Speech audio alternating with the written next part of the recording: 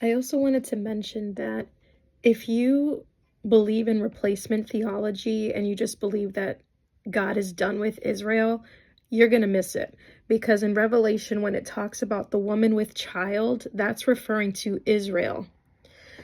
It says, "And there appeared a great wonder in heaven, a woman clothed with the sun and the moon under her feet, and upon her head a crown of 12 stars. And she, being with child, cried, travailing in birth, and pained to be delivered. And there appeared another wonder in heaven, and behold, a great red dragon, having 7 heads and 10 horns, and 7 crowns upon his heads. And his tail drew the third part of the stars of heaven, and did cast them to the earth. And the dragon stood before the woman which was ready to be delivered, for to devour her child as soon as it was born. And she brought forth a man-child, who was to rule all nations with a rod of iron, and her child was caught up unto God and to his throne." That caught up again. That's talking about Israel. "And the woman fled into the wilderness, where she hath a place prepared of God, that they should feed her there 1,260 days." And in my study notes, it explains it very well. It says chapters 12 to 14 in Revelation are explanatory prophecies that describe some of the major personages and movements of the latter half of the tribulation period. The woman represents Israel, and her child is Christ, the Messiah. The woman is not the church, since the church did not bring forth Christ, but rather he brought forth the church. Her identification as the persecuted Jewish saints clearly proves that the church is not on earth during the tribulation period. So I wanted to mention that as well. If you think that God is just done with Israel, or you replace Israel with the church in that chapter 12 of Revelation, then you're going to miss it. That is specifically talking about Israel.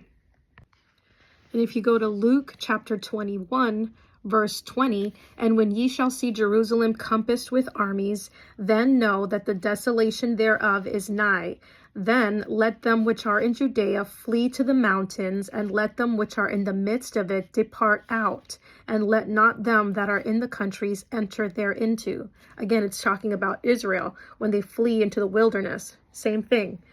"For these be the days of vengeance, that all things which are written may be fulfilled. But woe unto them that are with child, and to them that give suck in those days," talking about Israel. "For there shall be great distress in the land, and wrath upon this people," talking about the second half of the tribulation, the great tribulation. "And they shall fall by the edge of the sword, and shall be led away captive into all nations, and Jerusalem shall be trodden down of Gentiles, until the times of the Gentiles be fulfilled." And talking about the second coming, "And there shall be signs in the sun, and in the moon, and in the stars, and upon the earth distress of nations, with perplexity, the sea and the waves roaring."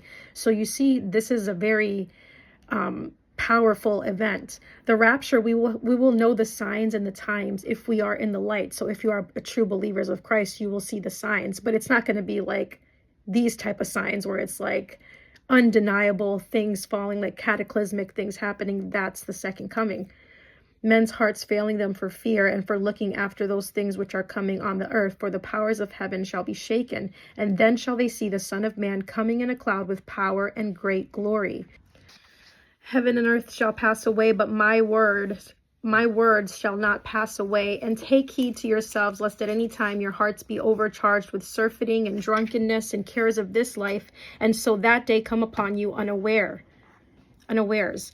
For as a snare shall it come on all them that dwell on the face of the earth." So that phrase, "all them that dwell on the face of the earth," that's talking about when the tribulation starts. It'll be like a snare.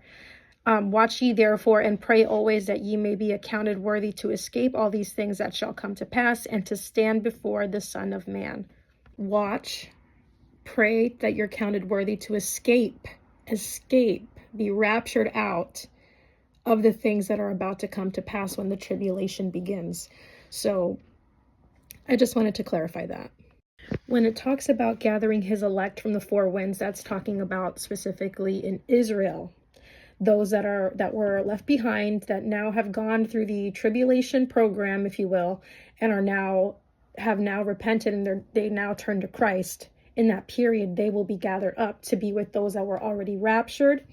And to those who were killed during the tribulation for the gospel of Jesus Christ, they will meet us, the tribulation saints, and then we will come down all together at Armageddon at the second coming of Christ.